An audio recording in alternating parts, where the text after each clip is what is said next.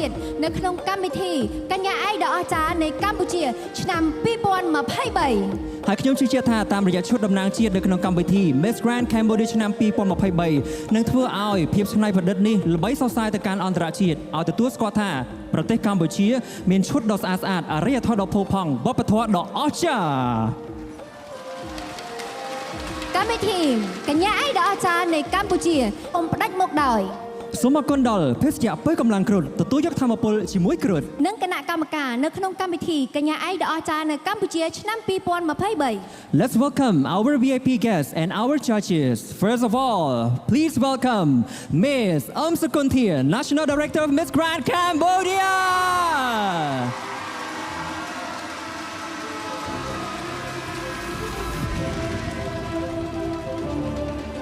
សូមស្វាគមន៍វត្តមានគណៈកម្មការលោកកុងរយុទ្ធ CEO of AK7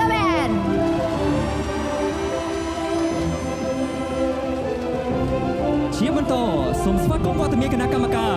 លោកស្រីលំម៉ូនីនតំណាងក្រុមហ៊ុនវឌ្ឍនៈ Brewery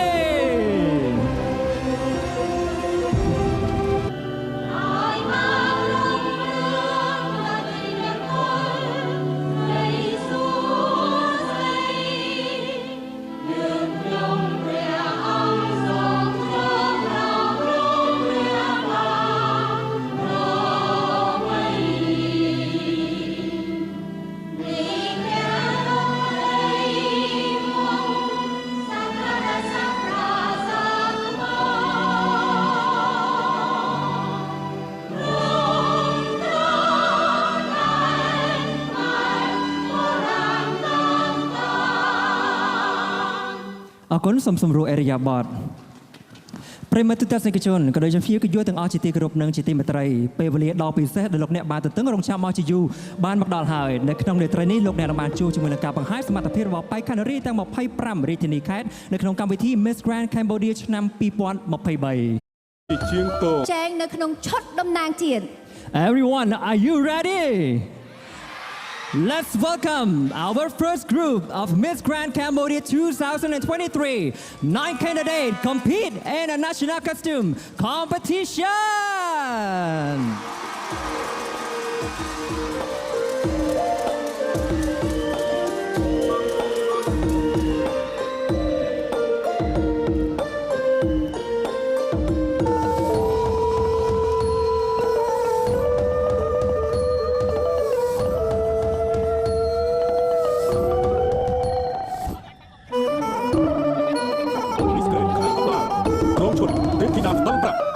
ស្រុកពញាលឺខេត្តកណ្ដាលត្រូវបានគេចាត់ទុកថាជាទីកន្លែងមួយ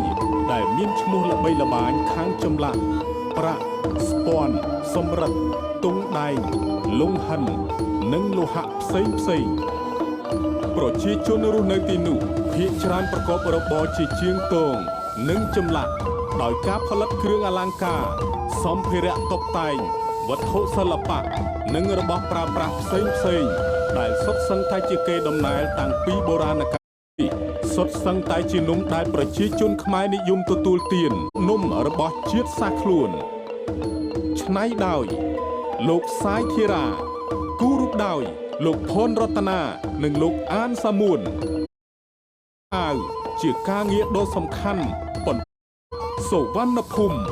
ដែលបានរកឃើញក្នុងសេលាចារឹកនៅស្រុកបោសែតទឹកដីខេត្តកំពង់ស្ពឺនិងបញ្ជាក់ដែលគ្រងនៅឈុតនេះបានបង្ហាញនៅអាវដាច់ជះកន្សែងយ័ន្តកថាដែលជាមន្តអាគមដ៏ស័ក្តិសិទ្ធិដោយក្នុងដៃមានកាន់នៅដែកចាម៉ែរក្សាឲ្យច្បាស់កុំឲ្យព្រាត់ប្រាសក្រែងនឹកស្ដាយក្រោយជាការពិតណាស់សម្រាប់ឈុតខេមរាភូគិនីគឺជាឈុតមួយដែលបានរចនាឡើងដោយបានលើកឡើងបង្ហាញពីសក្តានុពលទេសចរនៃខេត្តកែបប្រណិតពីកម្មវិធី Monk Selection Award ឆ្នាំ2023ចេញរួចឲ្យផឹកនិងស៊ីអាហារចំនួន7យ៉ាងដែលរៀបដាក់នឹងតុប្រាក់ធំតាំងនៅទីមុខព្រះពន្លាដែលមានដូចជាគ្រាប់សណ្ដែកមួយតុគ្រាប់ពោតមួយតុគ្រាប់ស្រូវមួយតុគ្រាប់ល្ងមួយតុនិងទឹកមួយតុព្រះរាជពិធីបុណ្យនេះប្រារព្ធឡើងដើម្បីប្រកាសពីដំណើរមកដល់នៃរដូវធ្វើស្រែចម្ការរបស់ប្រជារាស្ត្រក្នុងព្រះនគរនិងដើម្បីផ្សងប្រផ្នូលពិភពផលកសិកម្មនាឆ្នាំខាងមុខ គោលបំណងនៃឈុតនេះគឺចង់ឲ្យពិភពលោកនិងយុវជនជំនាន់ក្រោយបានស្គាល់ពីពិធីបុណ្យច្រត់ព្រះនង្គ័លបូករួមនឹងពិធីលើកស្ទួយវិស័យកសិកម្មនៅប្រទេសកម្ពុជាផងដែរ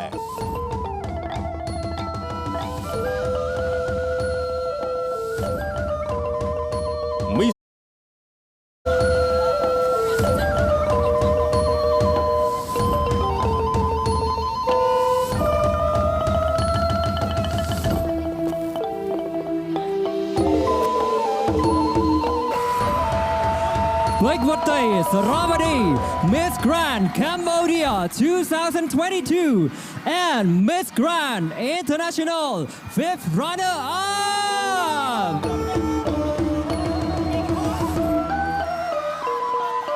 នៅថ្ងៃនេះកញ្ញាពេជ្រវតីសារ៉ាវឌីបានជ្រើសរើសស្លៀកនៅឈុតមេអំបៅក្នុងលំនាំគ្រឿងខ្មែរលាយជាមួយឈុតសហសម័យអត្ថន័យនៃមេអំបៅប្រៀបបានទៅនឹងដំណើរជីវិតរបស់កញ្ញាត្រឡប់ក្រោយពេលដែលកញ្ញាឈានជើងចូលប្រកួតប្រៀបដូចទៅនឹងកូនដង្កូវមួយដែលមិនទាន់មានអ្នកចាប់អារម្មណ៍ប៉ុន្តែបន្ទាប់ពីការប្រកួតកម្មវិធី Miss Grand ទទួលបានជោគជ័យនាំឈ្មោះជាតិទៅលើឆាកអន្តរជាតិពេលនោះហើយដែលកូនដង្កូវមួយនេះដុះស្លាប់คล้ายជាមេអំបៅដ៏ស្រស់ស្អាតអាចហោះហើរបាននៅលើឆាកក្នុងរាត្រីនេះ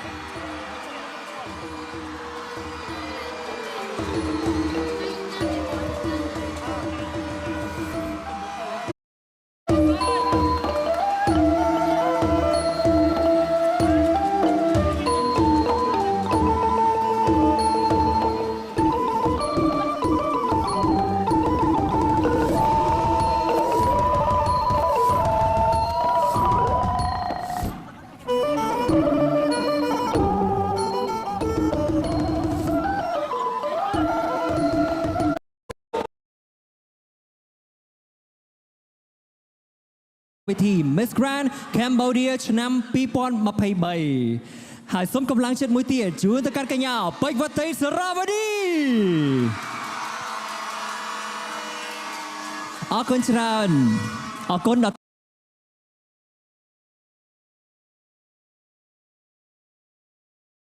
វត្តឆ្នាំ2023បញ្ជាក់ពីគុណភាពពីទីក្រុងព្រីសែលប្រទេសបាសិកទទួលយកធម្មពលជាមួយនឹងបច្ចៈពេលកម្លាំងគ្រឿង IS សូមអរគុណUnicare ចង់បានសម្រស់ស្អាតកុំភ្លេចប្រើ AK7 AK7 ជាជម្រើសនៃសម្រស់លោកអ្នក AK7 fan តារាចង់ស្អាតដូចតារាសូមប្រើ AK7 AK7 នាំលោកអ្នកទៅកាន់ភាពជោគជ័យយ៉ាងពិតប្រាកដសូមអរគុណជាបន្តដល់ហាងរចនាគ្រឿងអលង្ការជាងហេងវ៉ាន់អាន Discover the unlimited creativity of jewelry ស្វែងរកភាពច្នៃប្រឌិតដែលកំណត់នៃគ្រឿងអលង្ការជាមួយនឹងជាងហេងវ៉ាន់អានជាចុងក្រោយនេះខ្ញុំសូមអនុញ្ញាតអរគុណទៅដល់ក្រុមការងារ Miss Grand Cambodia និងក្រុមការងារ AK7 នៅក្នុងការ Organizer បានរៀបចំកម្មវិធីនៅក្នុងថ្ងៃនេះយ៉ាងអស់ពីកម្លាំងកាយចិត្តនៅក្នុងនោះយើងក៏មានលក្ខខណ្ឌនៅក្នុងការស្វែងរកនៅ Best National Costume Award នៅក្នុងឆ្នាំ2023នេះដែរកញ្ញាខេតនឹងប្រាប់ជូនអំពីលក្ខខណ្ឌនៅក្នុងការធ្វើការបោះឆ្នោតសម្រាប់ការជ្រើសរើសឈុតល្អផ្ដាច់គេនៅក្នុងកម្មវិធីឈុតតំណាងជាតិយើងនឹងមានការបង្ហោះរូបផ្លូវការនៅក្នុង Page ផ្លូវការ Miss Grand Cambodia ជាមួយនឹងបេក្ខភាពទាំង25ខេត្តនិងរាជធានីដូច្នេះសូមពុកម៉ែបងប្អូនចូលរួមបោះឆ្នោតដើម្បីស្វែងរកឈុតតំណាងជាតិដែលល្អផ្ដាច់គេនៅក្នុងកម្មវិធីកញ្ញាអាយដ៏អស្ចារ្យសូមកុំភ្លេចគាំទ្រជាមួយនឹងឈុតតំណាងជាតិទាំង25ខេត្តនិងរាជធានីព្រមទាំងបេក្ខភាពរបស់កម្មវិធីកញ្ញាអាយដ៏អស្ចារ្យនៃកម្ពុជាឆ្នាំ2023ទស្សនិកជនក៏កុំភ្លេចរងចាំទស្សនាជាមួយនឹងការប្រកួតបាក់ថមនៅក្នុងថ្ងៃទី18សីហាឆ្នាំ2នៅអាសាមហាសរុបកោះពេជ្របើសិនជាលោកអ្នកមិនទាន់បានជាវសម្បត្តិកុំភ្លេចចូលរួមជាវសម្បត្តិឲ្យបានច្រើនទាំងអស់គ្នាហើយថ្ងៃប្រកួត Final គឺនឹងប្រព្រឹត្តឡើងនៅថ្ងៃទី19ខែសីហាឆ្នាំដូចគ្នានៅឯទីតាំងសាមហាសរុបកោះពេជ្រអរគុណដល់ទស្សនិកជនដែលបានទស្សនាកម្មវិធី Miss Grand Cambodia ឆ្នាំ2023តាំងពីដើមរហូតមកដល់ចប់សន្យាថានឹងជួបគ្នានៅក្នុងថ្ងៃទី18ខែសីហាខាងមុខនេះជាមួយនឹងកម្មវិធី Miss Grand Cambodia ឆ្នាំ2023 Where Preliminary នៅពេលនេះពីកម្មវិធី Miss Grand Cambodia សូមអរគុណសូមគោរពលារាត្រីសួស្តី